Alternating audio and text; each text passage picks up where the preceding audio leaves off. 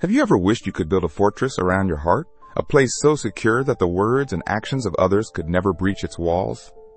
Have you ever laid awake at night, replaying a conversation, an insult, a betrayal, feeling the sting as if it were happening all over again? You wonder why it hurts so much, why the opinion of one person can feel like the judgment of the entire world, and why, no matter how much you try to tell yourself it doesn't matter, it always, somehow, does. You see others who seem unshaken by criticism, who move through the world with a quiet confidence, and you ask yourself, what is their secret? Is it that they don't care? Or do they know something you don't?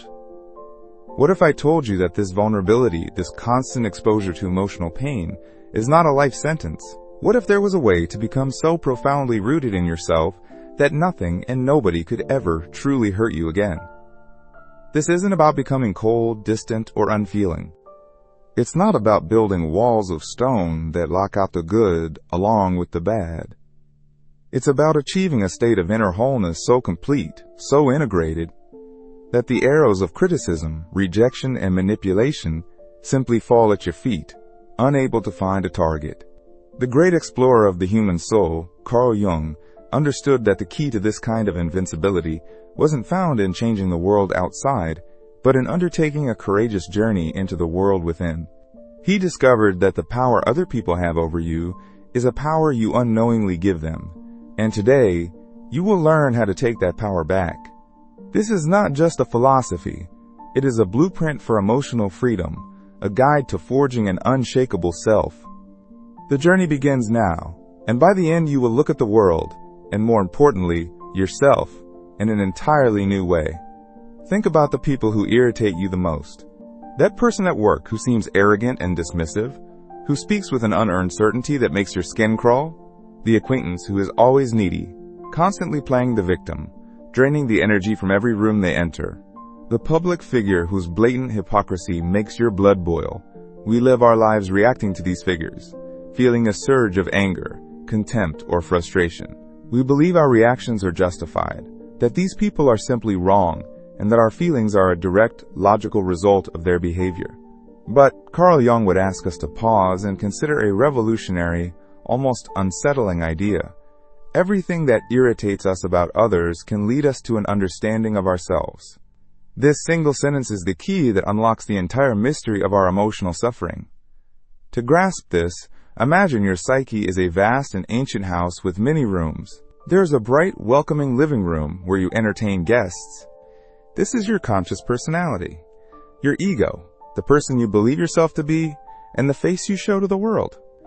It's decorated with all the qualities you admire, your kindness, your intelligence, your work ethic, your sense of humor.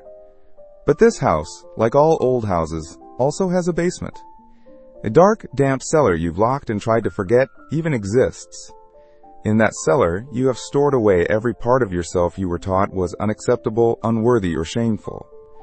It is filled with your raw, untamed anger, your sharp-toothed jealousy, your grasping greed, your profound vulnerability, your secret feelings of weakness, and your unbridled, world-conquering ambition. Every time a parent, a teacher, or society told you, don't be selfish, don't be weak, good people don't get angry, you took that natural, human part of yourself and threw it into the darkness of the cellar. Jung called this cellar the shadow. The shadow is not evil. It is not a monster. It is simply the disowned self. It's all the parts of your full humanity that you believe are unworthy of love and acceptance. But here is the crucial key. Just because you lock something in the basement doesn't mean it disappears. It's still down there, alive and potent. In fact, the more you ignore it, the more energy it accumulates. It spends all its time rattling the door, pounding on the floorboards, trying desperately to get your attention, to be seen, to be acknowledged, to be brought back into the main house. And the primary way it does this is through a brilliant and devious psychological trick, a mechanism Jung called projection. Because you cannot bear to see these traits in yourself, because you have judged them as bad, your mind creates a powerful illusion. It makes you see them everywhere else. You project your shadow onto the people and the world around you, like a movie projector casting an image onto a blank screen. That arrogant person at work, They infuriate you because they are a living, breathing embodiment of a disowned part of your own ambition or confidence, a part you were taught to suppress as boastful or unlikable. The needy friend who drives you crazy? They mirror back a deep, unacknowledged vulnerability within you that you find terrifying, a part of you that secretly craves care but has learned it must always be strong and self-reliant. The reason another person's words can hurt you so deeply is because they are not just words. They are arrows, and they find a target inside of you that is already wounded, a tender spot you didn't even know was there. An insult only has power if, on some unconscious level, a part of you agrees with it. If someone calls you a failure and it crushes you for days, it is because a hidden part of your own shadow already whispers that same fear to you in the dark of night. If there is no corresponding fear inside you, the insult has no hook, it's just noise. It falls to the floor, completely powerless. The people who hurt you are not your enemies. They are messengers, delivering a telegram from your own shadow, pointing directly to the parts of yourself that are begging to be healed, to be brought out of the cellar and into the light. So how do we begin this journey? How do we find the courage to take the key, unlock that cellar door, and descend into the darkness to face what we've locked away? This process, which Jungian psychology calls shadow work, is the ultimate act of courage. It is not about fighting or defeating the shadow, for that would be a war against ourselves. It is about integrating it. It's about turning on the light in the basement and realizing the monsters you imagined were just lost, forgotten parts of your own soul, waiting to be reclaimed. The first step is to stop reacting and start observing. Think of your emotions as a compass. Whenever you feel a powerful, disproportionate emotional reaction to someone, intense anger, deep irritation, overwhelming jealousy, or profound hurt, that is the compass needle pointing directly at your shadow. The automatic conditioned response is to blame the other person. He made me so angry. She hurt my feelings. This is the language of victimhood, the language that keeps us trapped. The courageous response is to turn inward. The moment you feel that surge of emotion, you must pause, take a breath, and ask yourself the most important question: what part of me is being activated right now? Why does this, specifically, have so much power over me? You are shifting from a state of unconscious reaction to a state of conscious observation. You are no longer a puppet on a string dancing to the tune of external events. You are becoming the scientist of your own soul, observing the data of your feelings with curiosity instead of judgment. The second step is to consciously withdraw the projection. This is the hardest part of the work, and it requires a level of honesty that can feel brutal. You must be willing to entertain the possibility that the very quality you despise in another person exists, in some form, within you. This does not mean you are just like them. It means you have the same raw material. Does that person's perceived selfishness mirror a tiny, disowned part of you that secretly wants to put yourself first, but you never allow it out of fear of being judged? Does their perceived weakness reflect a part of you that is tired of being strong all the time, a part that longs for rest and support? You are looking for the seed of that trait in your own inner garden. It may be small, it may be well hidden beneath layers of denial, but if you look with unflinching honesty, you will find it. In that moment of recognition, you take the power back from the other person. They are no longer the villain of your story. They are simply a mirror, and you are no longer angry at the mirror, but grateful for the reflection it has shown you. The final step is dialogue and integration. Once you've identified a piece of your shadow, you don't cast it out or try to destroy it. You bring it into the light of your consciousness. You have a conversation with it, as you would with a lost friend. You acknowledge it. For example, you might say to yourself, I see that part of me that is deeply angry, the part I've always suppressed, because I was told anger is bad. I see you. I hear you. I understand why you exist. You are the part of me that knows when my boundaries have been crossed. You are not giving the anger permission to control you or to lash out destructively. You are giving it permission to exist. You are bringing that lost child from the cellar and giving it a seat at the table of your consciousness. When you do this, something miraculous happens. That part of you no longer needs to scream for attention. It no longer needs to project itself onto others to be seen. By acknowledging it, you integrate its energy into your whole self.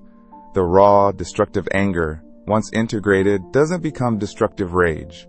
It transforms into healthy passion, the ability to set firm boundaries and the fuel to fight for what is right.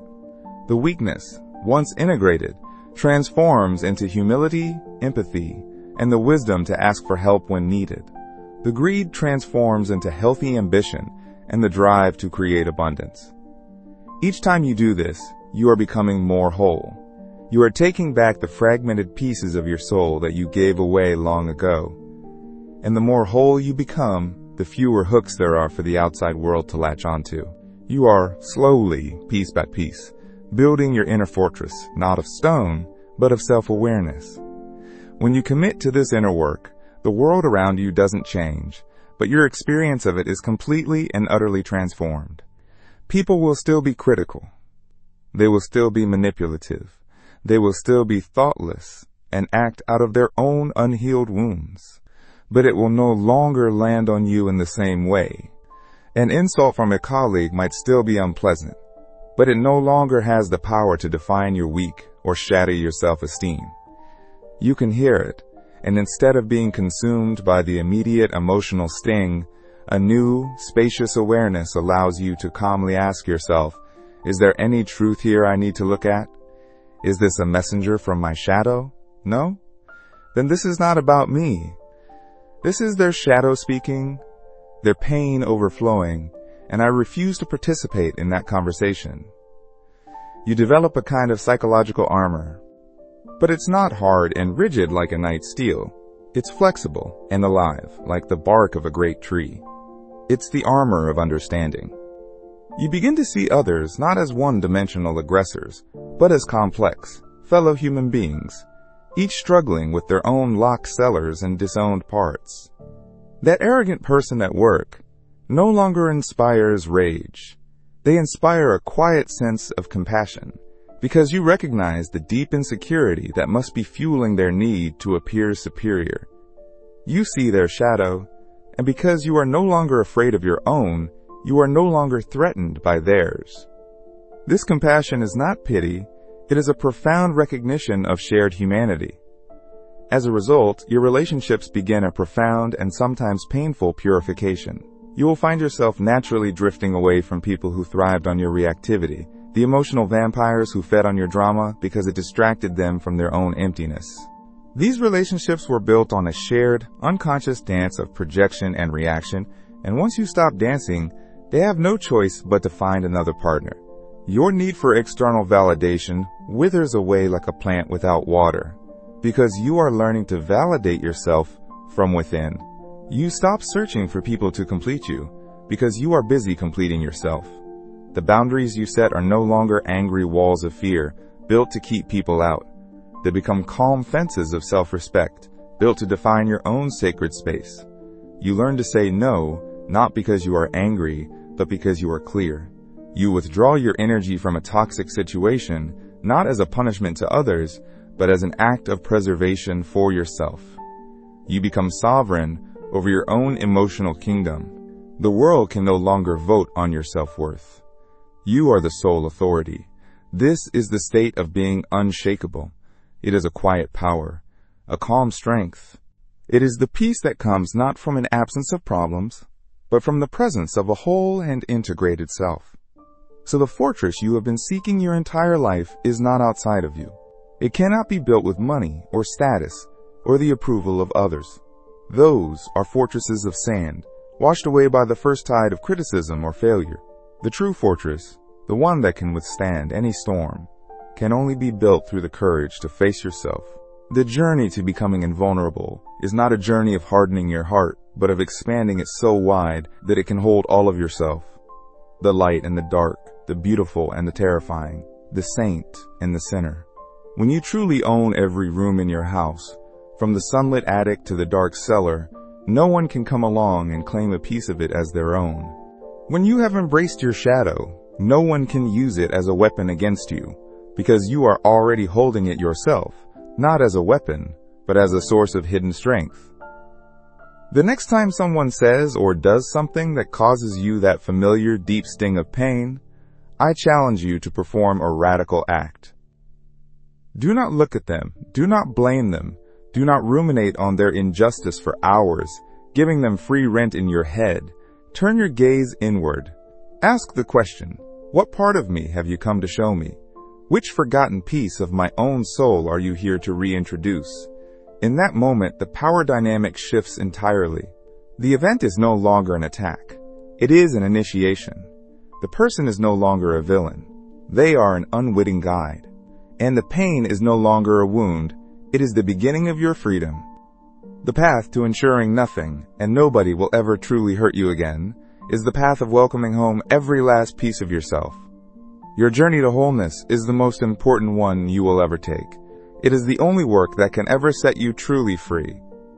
It is the path from being a leaf blown about by the winds of circumstance to becoming the mountain that stands unmoved in the storm. Now I ask you to begin. Think of one thing, one type of person, or a specific behavior that consistently irritates you more than anything else. Don't just think about it. Write it down in the comments below. Let's declare it not as a complaint against the world, but as the first clue in the sacred treasure hunt for your own hidden self. Let this be the day you stop being a victim of the world and become the hero of your own soul. See you next time.